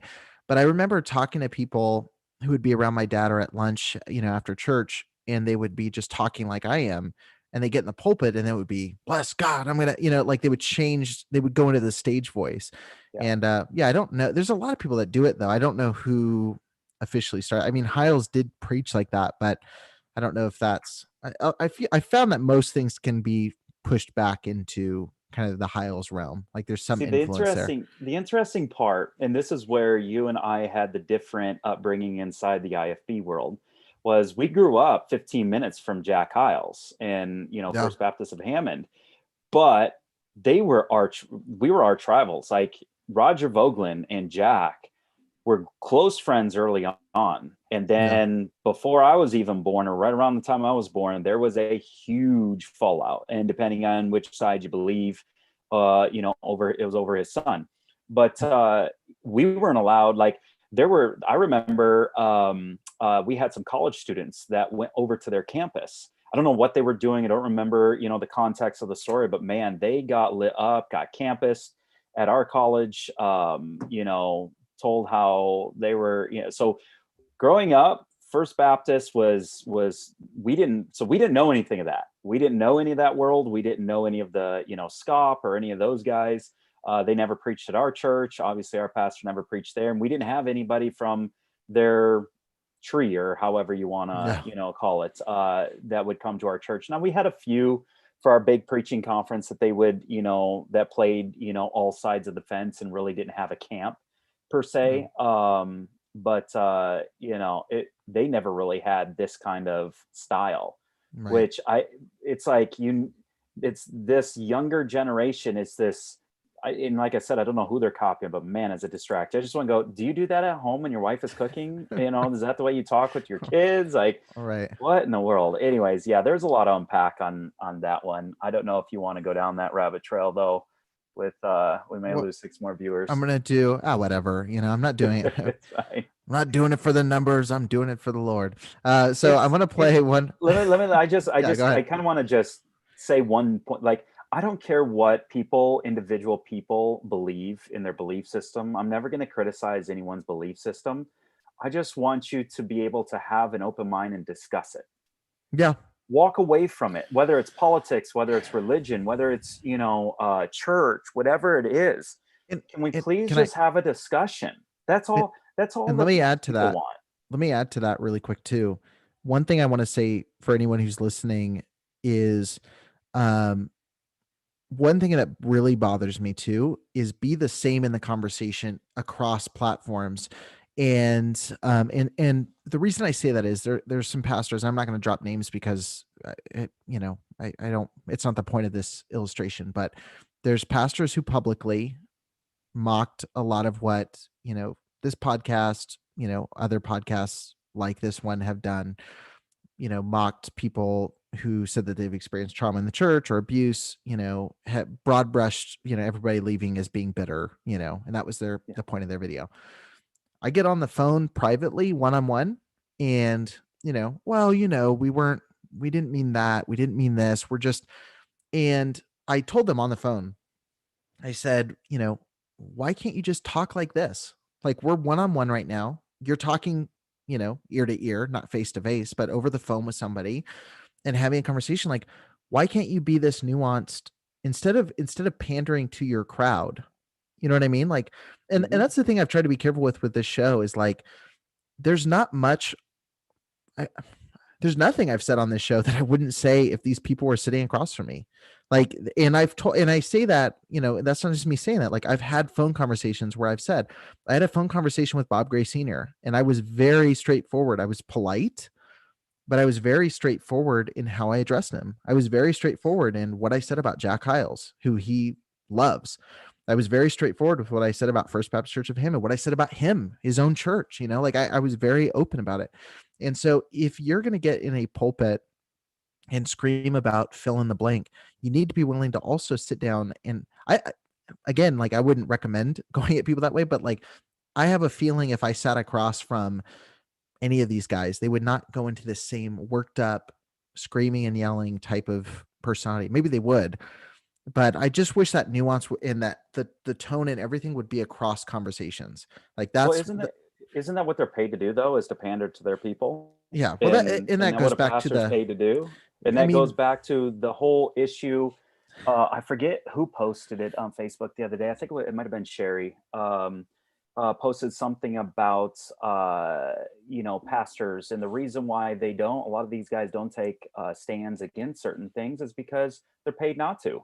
Well, they're going to lose their revenue stream if they take these certain stands because they know who their audience is, they know who their people are. It's not diverse. It's one type of person, and that's where I've always taken issue with the preaching against seeker sensitive churches. You always hear it from the IFB talking about churches that have glow in the dark, furniture and strobe lights and fog machines, and it's like, you're seeker sensitive too. You're just seeking for somebody else. And the churches that I've seen that I appreciate have a very strong mix of people. Like it's not aiming for one. The people who are on the stage are, they're there because they have a gift in a certain area. So it may not lead to like a perfectly manicured service, but everybody's using their own unique gifts. I think that is much more meaningful than having you know, what Trieber's doing, and it goes in the clip I'm about to play, like he mentions Rush Limbaugh, like his target demographic in his area is Rush Limbaugh listeners. It is older, white, male, conservative men. And again, you bring up a point that I was going to make about that last clip. And I think he says in there, and I know he's talking about America, but he says in there, makes the comment about how we are like a melting pot with different ethnicities. Well, have you looked around the IFB church recently? How many different ethnicities are there? What is the breakdown? Like, what's the most diverse IFB, ethnically diverse IFB church you've ever been to? And what was the breakdown? Yeah. I mean, seriously, yeah. I'm just like, every church you go to, like, what is, there was one African-American family in our church. Yeah. I take that back. There were three. Two of them were brothers. And then, one was a great singer. Which, given your area, is shocking. You absolutely. know what I mean? Like, yeah. And it's like, oh, okay, that's it. That was it. Yeah. And so, we want to talk about how he wanted to talk about how all of these things make America great, but yet that's not what's in your churches. That's not what's in, and it goes back to what you said, we get one people with one mind, and we know how to manipulate them. We know how to go up there and put on this stage presence and turn it on like a light switch. You go from Cody Zorn to, any of these guys, Bob Gray Sr., who it's theatrics. You talk to them. I remember seeing this, with pastors that would come through our church, and speak. And, we'd be sitting there talking like this, and then they get up there and it's like this light went on, and oh my gosh, they must have taken some great acting classes, because they were just like all over the place. And it's like, but yet they want to lecture us about going out and reading something online, or, that's where I think their message, he wants to talk about being extinct in the next 5 to 10 years. Their message is falling on deaf ears because the younger generations are seeing right through it. Just like you're going to hear in this Rush Limbaugh clip. I think we're 5 years away, at the very most 10, being extinct. Independent Fundamental Baptist. I had to share that one more time. But wait, did he say it in that one? Here we go. But no, I'll share this here really quick. Rush Limbaugh. On election day, I gave up the news. I've not listened to the news. I've not watched the news. I've not read the news. You say, how do you know what's going on? I hear people talking all the time. And I hear folks talking. That's it, probably enough chairs there, fellas. I don't know if we'll get any takers. Just slip on out as I speak to you for a moment here. But you're going to have to govern the news lies. The news is not truthful. The news will discourage. There is no hope. I guess we have a new president. I don't know one thing he's done. Whatever. Okay, so I want to say something here really quick, just really quick, and I'm just going to move along. Did the news stop being real once the president switched? Is that when you decided that the news wasn't accurate? And then also, too, I want to say here, I do partly agree with him. Like, I don't watch that much news because I don't think it's good to just sit and consume information you can't do anything about all day long. Like, even like listening to a podcast like this, like, I think it's good to be informed, but also take a break from it. So I do partly agree with him. This is probably the most I'd ever agree with him on a clip, but I do think that this exact example here is really interesting. He's done, I don't agree with. I am not going to have a man that's out of his mind take my day. I'm not going to let him rule me. I want you to know, with that in mind, I want to speak for just moments here, and then Brother Brown will be up, fighting for a biblical position. I said that because I had to give up Rush Limbaugh. I love Rush Limbaugh. Rush Limbaugh has been so gracious to this church. He's given us so many things. He's bought us so many things. One day he had the biggest... Which I didn't know that. That's really interesting. My truckload of 68,000 bottles of 2F by Tea just showed up here, said they're free. Just go sell them for your school. He has given us American Express cards for Veterans Days. He's given us books for our library in their school. He's given us all these books he's written for every student in the school. He's given us stuffed animals. He has given us so many things. He has watched the services before his passing away. He and his wife have been very good to us. And I don't know how. I never made a phone call. But he and I were born the exact same year. I've always been burdened for his salvation. I know there's an article out that he got saved. I witnessed him. I wrote him. I said, Rush, I want to come my expense and fly and see you and talk to you about the Lord. So, like, yes, that's a relationship I didn't know. But that's two clips within this conference where he mentions Limbaugh and how awesome Limbaugh was. But like, and again, I don't want to die. But again, this is where when you understand though, so when you understand how much they lionize Limbaugh, it does. Again, this goes back into this conversation of where when you see that's who they're kind of lionizing, that's who they think is awesome. Look at the way he communicates, and then the way that like a Justin Cooper or a Trieber communicates. Rush Limbaugh is, as you know, a conservative firebrand and a age. Words to make a mockery of that dream, sometimes sharing xenophobic, misogynistic, and racist sentiments with the masses. This is how he chose to speak of a New York Yankee icon the day he died in 2010. Steinbrenner has passed away at age 80. That cracker made a lot of African-American millionaires. In 2011, Limbaugh decided to mock the Chinese president during his visit to the United States. Hu Jintao was just going Limbaugh attacked those who didn't share his political ideas with a fervor and harshness that stood out amongst his talk show peers.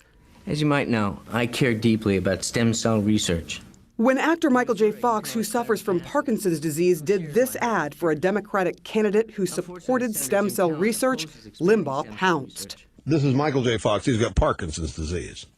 And it's in this commercial, he is exaggerating the effects of the disease. He is moving all around and shaking, and it's purely an act. After outrage over his comments. So like you see stuff like that, and then you see a clip like this, and the influence makes sense. I want you to take inventory today. Have our churches become seminars?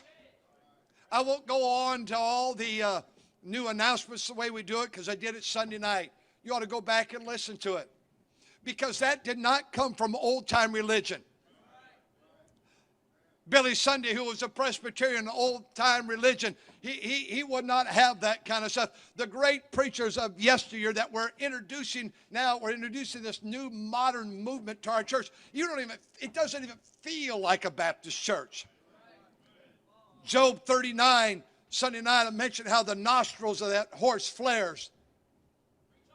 Because he can sense, he can smell danger.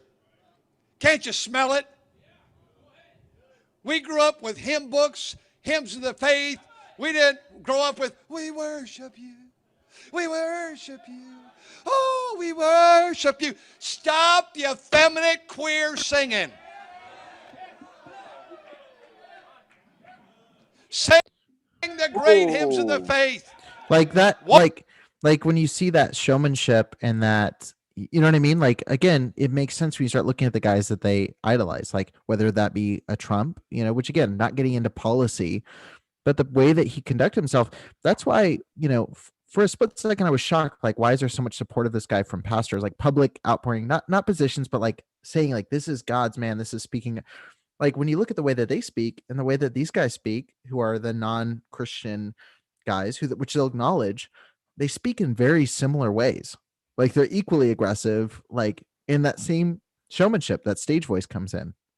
Well, yeah, two things here. First of all, I would take it in a little bit in a different direction. You know, as I'm consuming all of that, here you are up there praising. There is, but here you are up there praising a very heathenistic man that was a misogynist and that was documented, had a lot of racism in him. You can blame it on generational thing. You can blame it on theater, whatever it is you want to do it, but his words speak for itself. but yet you all have a pastor across town that has a Baptist church because you disagree on some philosophical, difference in your pulpit, but yet you're going to put this person up as somebody that everybody should go listen to and endorse. Like, that's a ringing endorsement of a person who smoked cigars all of his life and died from it. That's not okay with Trieber, I'm sure. All of his drinking. You should go look up what he would do on his Dominican vacation trips and his Puerto Rican vacation trips. I'm not going to get into it here. If you're curious about that, go look it up on YouTube or, on the internet. The second thing is I think a lot of people don't really know that whether it's CNN, Fox News, Rush Limbaugh, Chris Cuomo, any of these guys on the right and the left, it's all theater. Yeah. They all pander the base. I have a friend who worked for the company who had Rush Limbaugh. And he told me, goes, look, if I told you that Rush Limbaugh was more of a moderate than he was a Republican or a conservative, would you believe me? And I said, absolutely not. He goes, yeah, offline and off air, he's hobsnobs with all of the Democrats and the liberals and, all of these people. And it's all, but once that on air light goes on, oh my gosh, it's a totally theatrical, different person. And he knows the triggers. He knows what's going to push people's buttons. And he made a living, a lot of money playing off of people's emotions. And it wasn't real. Like now the stories are coming out about, the Fox guys and the CNN people and, how they're all at the same events in Washington, D.C., laughing and joking it up with each other and get together, for dinners and all this. And it's like, why? So I agree. This is the one area I agree with, Pastor Trieber on is I try to stay away from the news as much as I possibly can. Like, both sides have become very pigeonholed in what they're going after, and they're going after their audience and base, and they're just trying to drum up as much eyeballs as they possibly can to get paid. It's all money driven, and it's sad because who loses out are all of us, the rest of America, all of us that are sitting here over family dinners and trying to have these conversations, and it's not working because the facts that they're trying to bring to the table aren't really facts. It's what they've heard on some network that lied to them. And I got news for you. It happens on both sides of the fence very commonly. And that's where, in the day and age where we have so much information, how much of it is really honestly true? And that's the sad part about where we're at now. Right. Well, I know you have to wrap up here in just a few minutes. So we'll probably wrap up here in the next 10 minutes or so. I have like 3 more clips I want to go through. I want to respond to a couple comments. I'm just going to scroll back and see. Someone said, the late Jerry Falwell didn't seem like he changed his voice when he preached. I can't speak to that one way or another. Did Billy Graham or John R. Rice preach like that? John R. Rice was actually pretty subdued from whatever I've heard or read of him. Billy Graham was a really good orator, but I don't feel like he kind of did that breathy voice. Did you have something? Yeah, I have some for your crack research team out there. What is Lester Roloff deemed to be? Is he an independent fundamental Baptist, or did he predate? Do they claim him as? Yeah, they definitely claim him for sure. It was a student that copied. So someone said it was a student. It was a student in a preaching competition that actually repreached the fresh oil sermon with the throat clearing and all. That was where that story came from. Someone said, let me see. Someone from Faith Baptist Church of Wildemar jumped on. I watch very little news, but not for the reasons he's insinuating. Someone said, let's see. Someone said, do parishioners actually enjoy the screaming? What do they actually get out of the chaotic yelling anyway? I did. When I was in it, I'm not going to lie to you, like that got me fired up. I don't know about you. I don't know if it turned you off when you were in it. When we would go to conferences like Masters Men Conference and people would start like leaping up in the air and yelling and jumping on the pews, like it fired me up. Like I thought that was good preaching. I don't know what your take was. Your really. Guys weren't really like that though. No, our guys weren't like that. They were very monotone, very subdued. Like if anybody even stood up to say amen, it was, what in the world is this guy doing? Is he trying, I remember, I get this funny story. I remember we were on vacation and we went to this church. I think it was in Wyoming, because I believe we were going to Jackson Hole.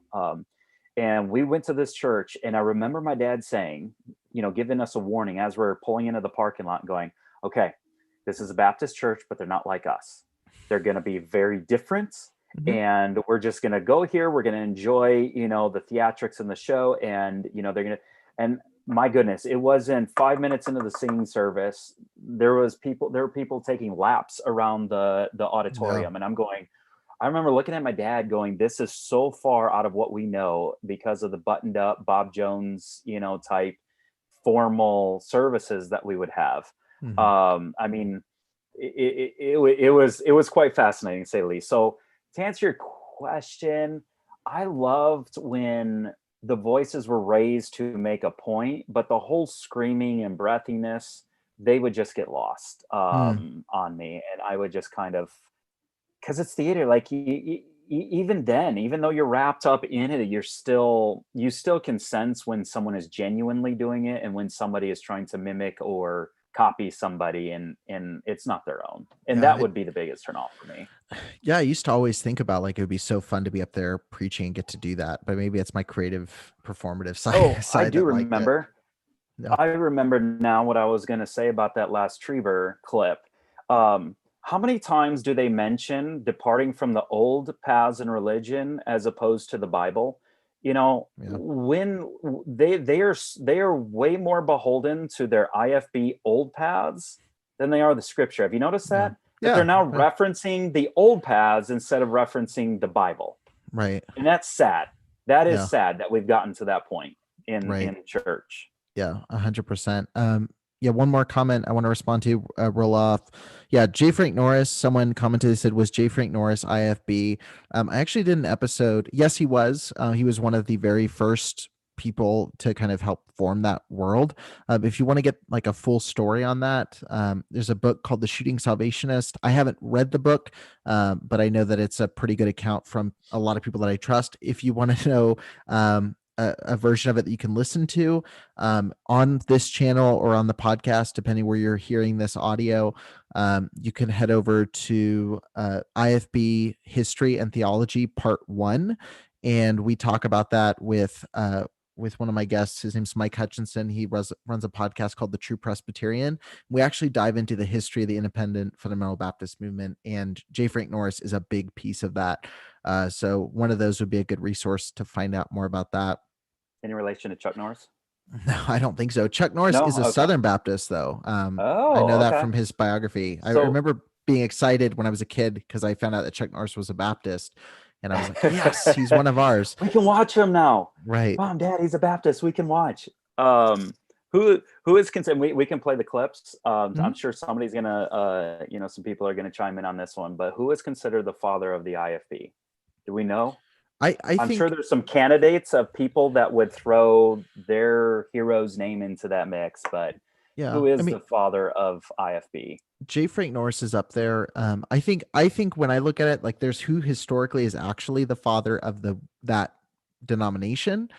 But as far as like who has the most influence, it's Jack Hyles, like no doubt. Like I think there's more when it comes to the bus ministries, the King James onlyism, like because John R. Rice was a big piece of the independent Baptist world coming together. Jerry Falwell was a big piece of that starting to fall into place early on. So like there's a lot of pieces that you could say like, yeah, it's the actual starts of the movement. But Jack Hyles, to me, like his hands can be seen across all of it, on Trieber, on Paul Chappell. Like he was the biggest influence, I think, bar none. Like there's few I could point to that have that influence, and he had a big influence on just Christendom in general. Like if you look at like 50s and 60s evangelicalism, like you have to point to Hyles. That's my opinion. I'm sure someone in the comments will disagree with me. Unfortunately, IFB movement has, superseded the scriptures. Yeah. With a lot of these guys, and that's unfortunate. Right. I agree. Someone said, how about working in some SBC if you run out of IFB? I don't think I'll run out anytime soon, but I definitely talk about the SBC with a few of the episodes. Someone said, I'd love to hear Russell Moore in an interview. I would too. And I've thought about reaching out to him. I've reached out to, I won't say that because I don't want to, knock on wood, I don't want to ruin opportunities with some. I've reached out to some people in the SBC for sure, but I will stay focused on the IFB, but with certain people, it is relevant because there's a lot of crossover in some of these conversations. I'm going to play, we only have like a few minutes left. I'm going to play. Oh, you're fine. I do have some time. I'm going to play a few here. Well, here's one. We'll go ahead and keep in the direction of what they think the old past should look like. And these are all from the same, like, this is all from meeting? the same, like 3 days. So it was a busy 3 gosh. days. Okay. And I got to tell you a really funny story. I don't know if I can tell this. If I'll find out if I have permission to share this story, because I don't want to give away the person that told me this story. Okay. But I have a really good story. I'll tell you off mic about this. I'll tell you once we get off. Yeah, we don't want to reveal our sources. Yeah, it's really hard. You guys don't realize, and I appreciate again you guys hanging out and checking us out. You guys don't realize how many funny stories there are that I would love to share on the show, or how many, even stories that aren't funny, but just I wish I could share that just I can't because it would give away really good people and get them into a lot of trouble. Yeah. But there's a really funny story about this whole conference I got to tell you once we get off mic. So this is one. This is one about the church kind of culture. And singing is on revival, and singing is on the blood of Christ, and about heaven, about Jesus, and a preaching and invitation. So the fella comes up, the lights come up, the announcements are on there, it's all synchronized, it's all entertainment, and then we come up with the worship leader, and the big. And again, he's just talking about seeker-sensitive churches. It's just a polar opposite of their audience they're trying to seek. Did he go to this service? And we welcome to worship with us today. I don't remember I know they definitely bagged on like Idea Day a little bit, but I think he's just talking in general about the vibe. And we'll sing, we worship you, we worship you, we worship you in truth, we worship your majesty. Which again, I'm like, what's wrong with any of this? If you're in a Christian worship context. The sun, the moon, the stars that thou hast created. It doesn't even go musically. We worship the mighty works of your hand. We worship you. It sounds eerie. It sounds negative. It sounds depressing. And then they'll throw in a great hymn of the faith. And then the man gets up to do his preaching, his entertainment. I know. And this is all entertainment. Everything we've watched is entertainment for a very specific demographic, but I know what's coming. I know you're not going to like me for preaching this tonight. I know it. I know you dear preachers. By the way, a preacher should stand for something, and the average pastor is standing against not compromise, but he's standing against another brother that's trying to keep the church alive for Jesus Christ. You spend more time fighting this type of preaching than you will fight a compromiser. Because can't we all get along? Thank you very much. Let's get along. Let me preach what I believe God's word wants me to preach. You can take what you want with your people. So again, it's this double speak of the whole conference is dedicated to making fun of the Reformed fundamentalist, like liberal, quote unquote liberal, let's use that term very loosely, churches. But then again, I want to know what is he? So these guys in this goes back to these guys speak in such ambiguity that they don't like what is considered liberal to an IFB person. Like right. IFB is so far to the right, like anything.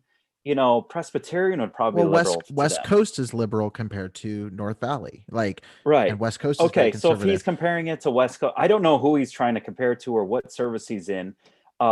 But if it's a non-denom or something like that, like, what are you doing? You know, you wouldn't let your church members go there. So what are you doing, you know, scoping them out? But the last two sentences that he had contradicted everything that he just built up. Yeah. Because he's mocking, making fun of, saying it's wrong, saying it's compromise, this, that, and the other. And then he follows it up with, this is my interpretation or my opinion of what God wants me to preach and say. And he goes, whoa, that was, I don't know if it was a Freudian slip, but that is the most honest thing that you've said that I've heard you say yet so far in any of these clips. That, yeah, these are my opinions on what I think God wants me to say. Okay, I'm totally fine with that. Just be honest about it. Be honest that these are your own philosophies. Stop trying to tell people that if a woman wears pants, she's compromising what the Bible says. No, she's not. Okay, that's your personal opinion. Knock yourself out. Believe what you want to believe. Draw those lines, but don't make it an absolute, because you're not correct. You're not right on that. You're taking scripture out of context, and not going to get all into that. We'll leave that to Will Hess and those guys. But you're wrong.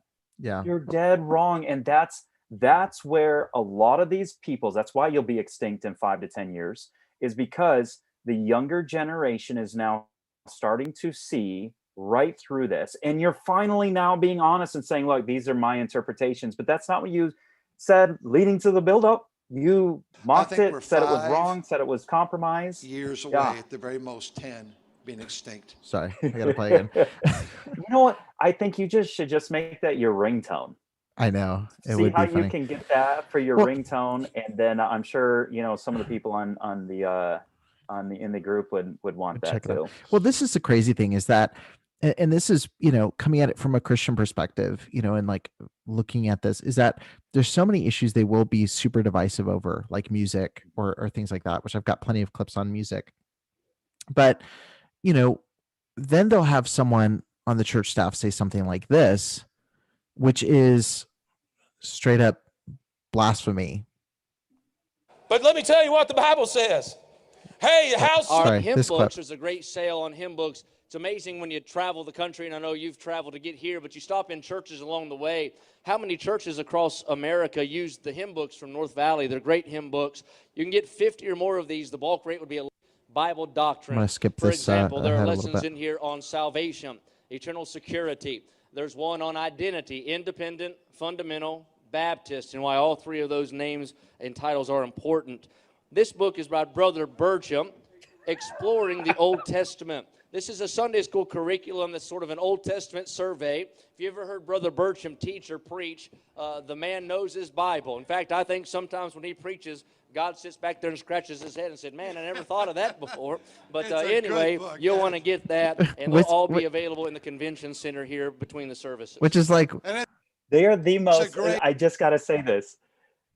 They are the most non-independent people. To call themselves independent is just the funniest thing to me. Like, how many times, and go to IFB sermon But let me tell you what the Bible says. Oh my word. Hey, how sweet. I don't know if you can do a search. I don't know if you can do a search on it, but see how many different pastors use the terminology when mocking liberal singing, using the phrase 7-Eleven. Okay. I can't tell you, there's probably 15 to 20 pastors that all of a sudden are now saying, oh, worship me. Oh, it's the seven words 11 times or something. The 7.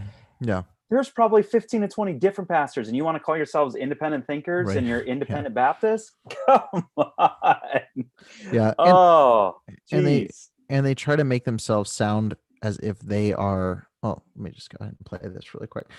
But yeah, it's just one of those things. It's like watching that clip where it's like, you've got a guy going like, oh, this book is so good, God scratches his head because he didn't think of that. And it's like, well, let's really unpack that. It's the same conversation that happens when you see guys that say in the Southern Baptist Convention that talk about complementarianism, and if you don't believe complementarianism, like you're not following Christian theology. But a lot of them come to the complementarian position by a skewed view of the Trinity.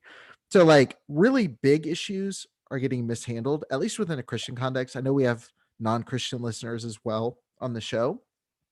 But for a Christian perspective, like there are huge theological errors that go unchecked within the IFB, but then, and even within some sects of the SBC. But then when it comes to these situations of, a secondary issue, they'll raise it to order of first importance. It's really shocking. And then they'll throw out. It's all in what benefits them. So insecure. It's all in what benefits them. Like, your platform began on what? Exposing sexual abuse in the church. That should be a no-brainer. Number one of the top. Talk about a bipartisan issue. One. Right. Exactly. And it's like, how in the world? And then they want to come out and say, oh, it's going to hurt. Is God minimized and less important than a church? Like, right. He's not bigger than a church. He couldn't withstand a sexual abuse scandal in a church. Right. Like, is your God that little and that small that he would not be able to withstand and sexual abuse and you handling it correctly? Like, right. That's where it just falls off the rails with me on that topic. I just want to bang my head against the wall because you are diminishing your God. But it goes back to what we said before. We live in a generation where nobody wants to fight for anything. God in the Bible, right? And being factually correct, right? Anyways, all right. No, I agree with you. And I'm gonna pull this clip really quick. See if I can find it. Oh man, you have so many. So many. Oh. I don't know where it is. Let me play. So true, Angie. Someone says catchphrases are how they keep people on the side. They're not independent. They mimic. If you carry most of their statements to logical conclusion, they don't make sense. Someone said, is IFB a cult? You take that. I'm going to find this clip and then I'll close this here on. Is IFB a cult? Well, I think the definition of a cult is a leader that controls the narrative that is preached from the pulpit, controls his people, controls how they're supposed to say, think, and act to certain issues and topics, doesn't want to be challenged, doesn't want to be accountable. Yeah, I would say that best describes most independent fundamental Baptists. I will say this, I have friends that are independent fundamental Baptist preachers that don't do any of this stuff, that will, but they have a very different approach. And the reason why a lot of these smaller church pastors don't want to publicly take some of these stands is because they want to preach at Jack Trieber's church. They want to preach at Bob Gray Sr.'s church. Yeah. They want to be in these circles. And if they come out, they have such a small church that they don't have this identity. They need the credibility of a Bob Gray Sr. coming in and preaching in their pulpit to lend them, more credibility to their, their people. If you're getting your credibility from Bob Gray Sr., you're missing the boat. Bad example. Jack Trieber, Paul Chappell, you put anybody in that, still missing the boat, narrative, but okay. Whatever camp. Yeah, but a lot of these small church pastors handle it differently, but they're criticized by the people that they look up to the most in a pattern, whether they gone to their college or, whatever it is. They pattern their ministry after these guys. They want their approval so bad that if they come out on these topics or take a stand against sexual abuse in their church, that person is going to come after them with a fury. And they know that. And that's why they won't publicly come out. But I've got independent fundamental Baptist pastors that go they treat their church very differently. Mm-hmm. They come to, I've been there, go to a deacon meeting or church, say, hey, I really found this in the scripture. What do you guys think? Right. And I'm telling you, their churches are a lot more independent thinking than all the other IFB people that I've known. And it's that approach of, here's what God said to me. Here's what I'm going to do. This is my personal opinion. You guys take it for what you want. Yeah. And what are your thoughts on this? But again, it's that anti-intellectualism that seeps in. And you see it, I'm going to rapid fire these last two clips here, or these last two clips here. But like something as simple. But let me tell you what the this. Bible says. Hey, how sweet are thy words unto my taste.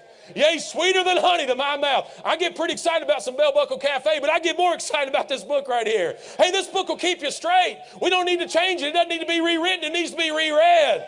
I mean, we used to preach against the NIV. Now, I guess the hot thing now is the ESV. Did you know the ESV is a transgender Bible? Over there in Colossians where Paul said, greet Nymphas and the church which is in his house. Did you know in the ESV it says, give my greetings to Nympha and the church in her house?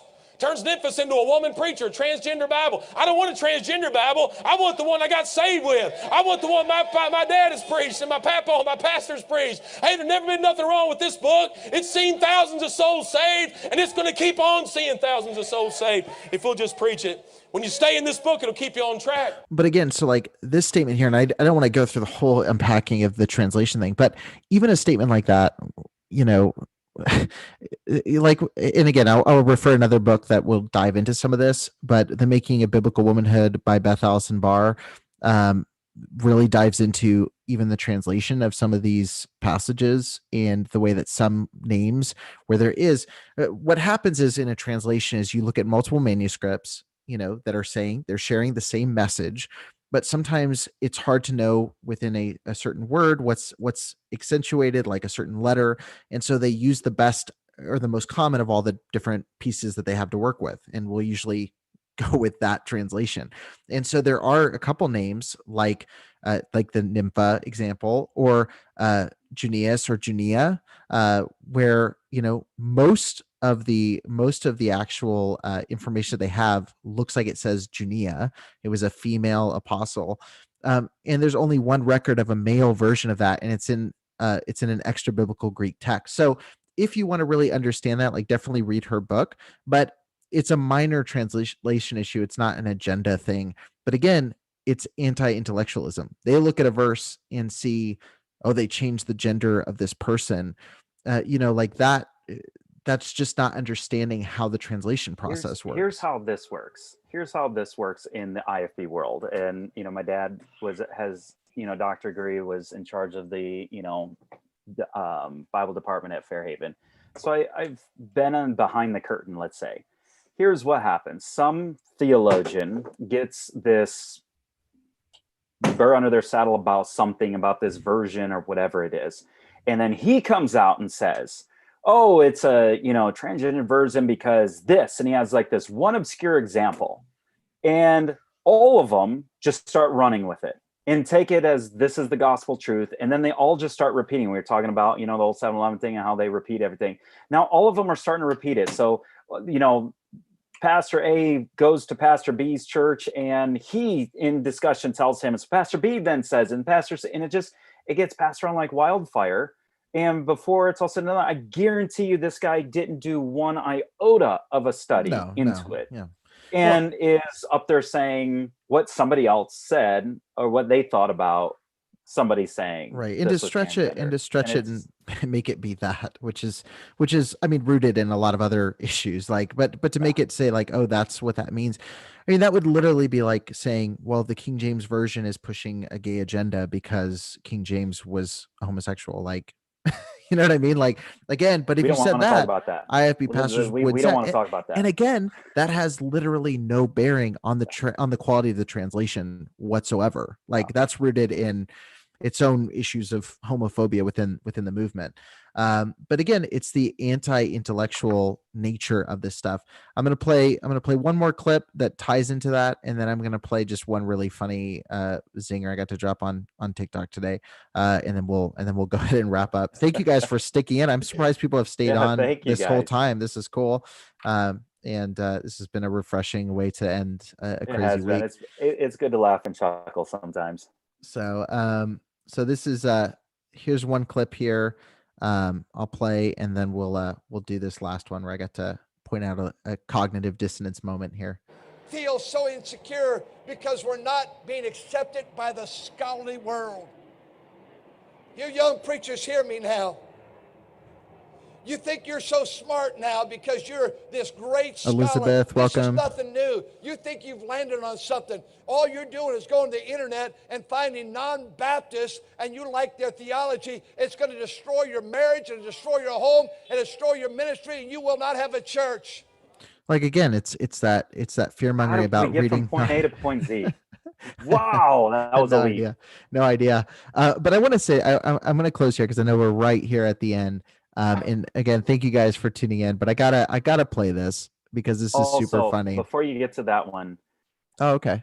I haven't brought up that he looks like the Muppet. Stop. So much. Stop. You have to next time you have to get the Muppet and put them side by side. Stop. But anyways, stop. I can't go without saying it. It just every time I see it. I have 3 kids under 5 now. I know. I know. Okay. You're right. I ruined the Muppets for you. You're right. You're right. And I thought about one time syncing audio with a Sam Eagle clip from the Muppets, but anyway, let's not get off topic here. This is a really funny one. So this is over the course of 3 days, and this is how incoherent these statements are and how much they jump around from position to position, point A to point Z, Z to Y, X to A. Like, it's crazy. So, and this is not a big issue, but this is just a really interesting example of the doublespeak that happens. Here it is. 1, stop listening to compromisers. 2, stop living in a generation where nobody wants to fight for anything. Hold on. I want to fight for the next generation. I want to fight for our... Wait, this isn't it. There it is. 1, stop listening to compromisers. 2, stop reading compromisers. Okay, here it is. So this is the course of like 2 days. So this is what he says in the first clip. Well, they got a book out now about how to grow your church. What a blasphemous thing. Upon the rock, God says, will build this church. And the gates, God's the builder. I have manuals on. Okay, so using books to build your church is blasphemous because God builds the church. Oh, here's part please tell me this is going where it's going. Subject, deacon manual. I have manuals on every subject. Deacon manual, nursery manuals, music manuals, college manual, school manual, church manual, everything. We have a manual on everything. Because I don't believe you start without knowing where you're going. You don't start without knowing where you're going. This is like the perfect example of what we've been saying all along. This is why it's so hard to take them serious. And it's sad. It is. I got a comment from Robert Fry. Did he really say anti-intellectual? And they have virtually little idea of history of IFBC. Is that directed toward me? Because I definitely encourage you. And sure, I've never claimed to be a historian. Definitely check out the IFB History and Theology episode. It's really worthwhile and actually does dive quite a bit into theology and history. Is there anything you want to add before we jump off? And again, thank you guys so much for tuning in. Michael, you have anything else you want to drop in there? No, I had fun. Thank you. Yeah, this was great. It's always fun to get on and talk about the less serious things once in a while. But thanks for everyone that stuck in there and had some humor with us. And IFB sermon clips. Oh, there's what's Ryan. up, special guest? And we're getting ready to go to a soccer game here, so I'm sure that's what he wants to go do. But anyways, thank you for everyone for sticking with us and having fun with us. And IFB sermon clubs, keep up the good work. All you guys out there, Eric, keep up the good work. I know it's hard dredging through sewer from time to time, and that's why I try and reach out to you. Awesome. And I appreciate it, man. Keep up the good work. Awesome. So awesome. Well, enjoy your soccer game. Thank you guys for watching. And remember, I think we're 5 years away, at the very most 10, being extinct. There you go. All right, guys. Thank you so much for tuning in. Michael, thanks for joining me on the episode. And remember, you can always drop your tithes and offerings over at patreon.com. All right, guys. Thanks so much for jumping on, and we'll catch you guys here on the next one.